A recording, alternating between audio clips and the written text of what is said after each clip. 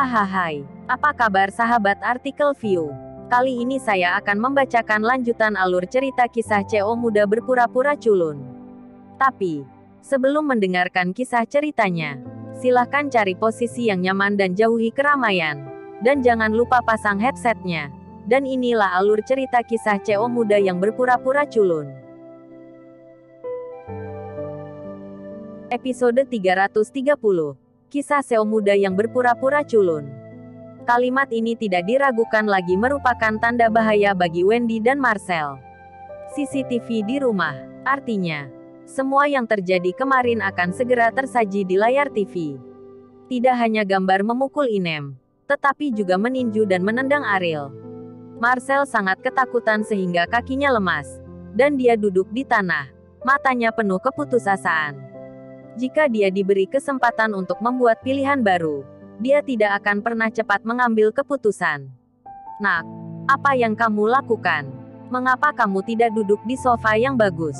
Mengapa duduk di lantai? Albert berjalan ke Marcel dengan bingung, mencoba menarik Marcel ke sofa.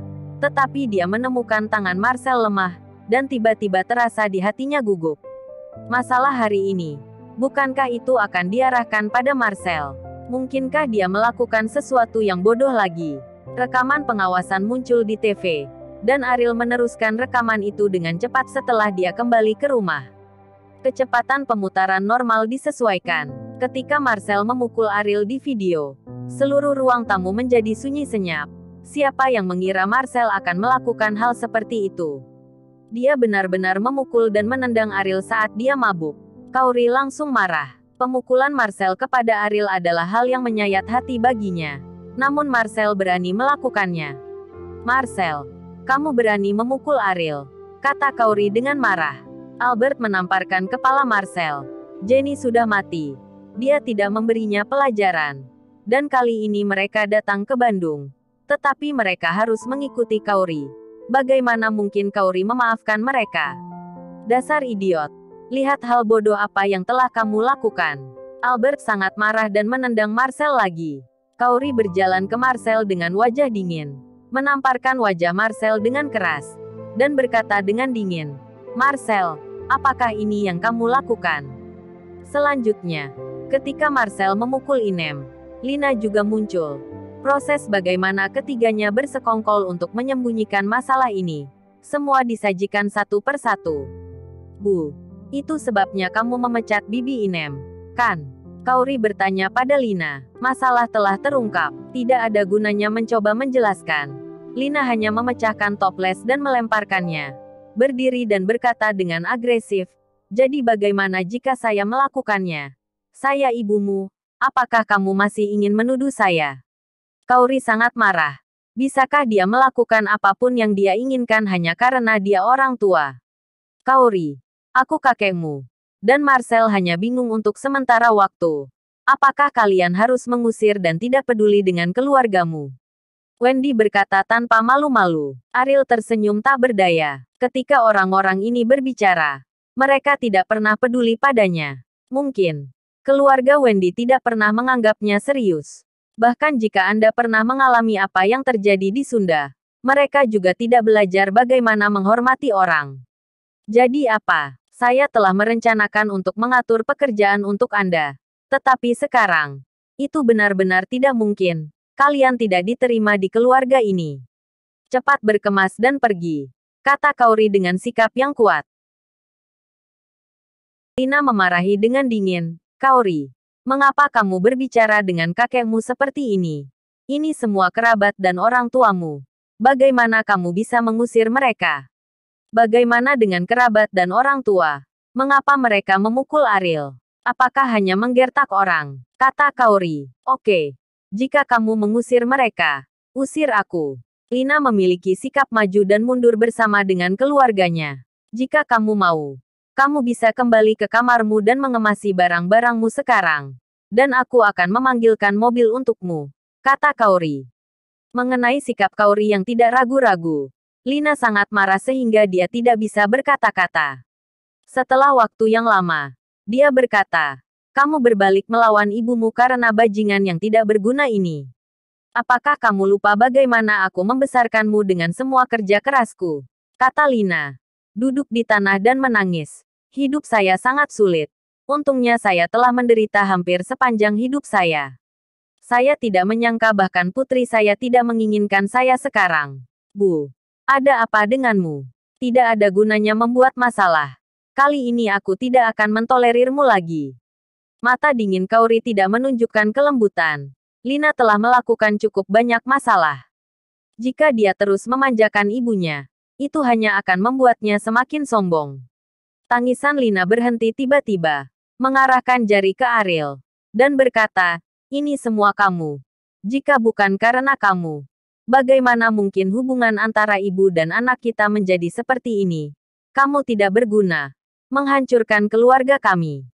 Setelah berbicara, Lina bergegas di depan Ariel, menarik, dan menamparkan wajah Ariel. Ariel berdiri diam tegap, dan ekspresinya sedingin es. Jika Anda memukul saya tidak akan melawan. Tetapi itu tidak berarti itu berguna. Saya akan pergi ke Bibi Inem untuk meminta maaf. Jika saya kembali dan melihat orang-orang ini, jangan salahkan saya karena bersikap kasar. Kata Ariel dengan dingin. Lina merasakan dinginnya Ariel, dan tanpa sadar melepaskan Ariel. Bahkan nenek Ariel meninggal di ruang tamu. Ekspresi Ariel saat ini persis sama dengan ketika Sari digantung. Ariel berjalan ke Marcel. Wajah Marcel sepucat kertas. Dan dia gemetar ketakutan. Tendang aku.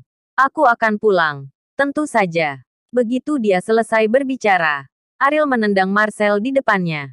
Marcel menutupi wajahnya dan menjerit kesakitan. Berguling-guling di tanah. Darah langsung keluar dari jari-jarinya. Maafkan aku, Marcel berkata dengan menyesal. Kamu memukul Bibi Inem. Dan aku akan membalaskan dendamnya. Ariel meraih Marcel dan menendang perut Marcel. Rasa sakit yang Marcel rasakan hampir mencekiknya. Keluarga Marcel melihat adegan ini. Tidak ada yang berani berbicara. Bahkan untuk bernapas pun tidak. Wendy mengepalkan tinjunya diam-diam. Menatap Marcel yang dipukuli. Ngeri. Setelah melepaskan Marcel, Ariel berjalan ke Wendy lagi. Apa yang kamu lakukan? Wendy berkata dengan ngeri. Jangan mengandalkan umurmu dan memakai nama leluhur di depanku. Aku bisa mempermainkanmu sampai mati dengan satu tangan. Apakah kamu benar-benar berpikir bahwa kamu dapat melakukan sesuatu di depanku karena kamu adalah anggota keluarga Lina? Kamu karena Kaori, bukan karena namamu Wendy. Atau Lina, aku hanya melihat kalian seperti sampah di mataku, kata Ariel. Menghadapi momentum kuat Ariel, Wendy merasa seperti badai laut terjadi di depannya. Tekanan yang luar biasa membuatnya tanpa sadar mundur selangkah. Ariel, Kaori juga bagian dari keluarga saya, kata Wendy dengan berani. Dia tidak sama dengan kamu sampah. Jangan menghinanya. Kamu hanya sekelompok belatung dengan tulang, kata Ariel dingin. Wendy tidak bisa membantah. Bukankah dia datang ke Bandung untuk bergabung dengan perusahaan Kaori? Ariel dapat digambarkan sebagai sebuah kata. Kembalilah ke Sunda dan jangan muncul di depanku lagi. Ariel selesai berbicara dan berjalan menuju gerbang. Dia harus menemukan Inem. Inem terbentur di dinding. Dan dia tidak tahu apakah dia terluka. Setelah Ariel pergi, villa itu sunyi senyap. Ekspresi wajah semua orang di keluarga Wendy sangat jelek. Nirmala datang dengan mimpi indah. Dan momen ini benar-benar hancur. Marcel, kamu akan mati. Kamu akan mati sendiri. Mengapa kamu ingin menyakiti kami? Nirmala memelototi Marcel dan berkata, kamu berani memukul Ariel hanya karena kamu sia-sia. Mengapa kamu tidak melakukannya ketika dia sadar? Sekarang kita tidak bisa tinggal di Bandung. Kamu seharusnya meminta maaf. Mia mengertakkan gigi dan berkata menikmati villa mewah belum cukup. Dan harus diusir sekarang. Dan kali ini dia menyinggung Ariel dan Kaori. Dan sama sekali tidak mungkin ingin mendapat manfaat dari mereka di masa depan. Kaori, masalah ini tidak ada hubungannya dengan kita. Bisakah kita membiarkan Marcel menyingkir? Kita akan tinggal di sini. Jeremy bertanya pada Kaori dengan ekspresi keberuntungan. Kalian harus pergi dengan cepat. Sebelum Ariel kembali. Aku tidak ingin melihat kalian lagi, kata Kaori ringan. Bahkan jika Ariel tidak membuat keputusan seperti itu, dia tidak akan meninggalkan orang-orang ini. Belum lagi bahwa Ariel telah secara pribadi terbuka. Bu, kamu tidak perlu berbicara untuk mereka. Percuma. Di masa depan, orang-orang ini tidak akan pernah berpikir untuk mendapatkan 1 sen pun dariku. Jika kamu mau berbagi suka dan duka dengan mereka, kamu bisa pergi bersama. Setelah Kaori selesai berbicara, dia kembali ke kamarnya. Apa yang Lina katakan kepada Kaori barusan adalah kata-kata marah. Bagaimana dia bisa rela pergi dengan orang-orang ini? Siapa yang tidak ingin menikmati kehidupan yang lebih baik? Dan siapa yang ingin mengubur kebahagiaan mereka untuk orang-orang yang tidak relevan ini? Bersambung.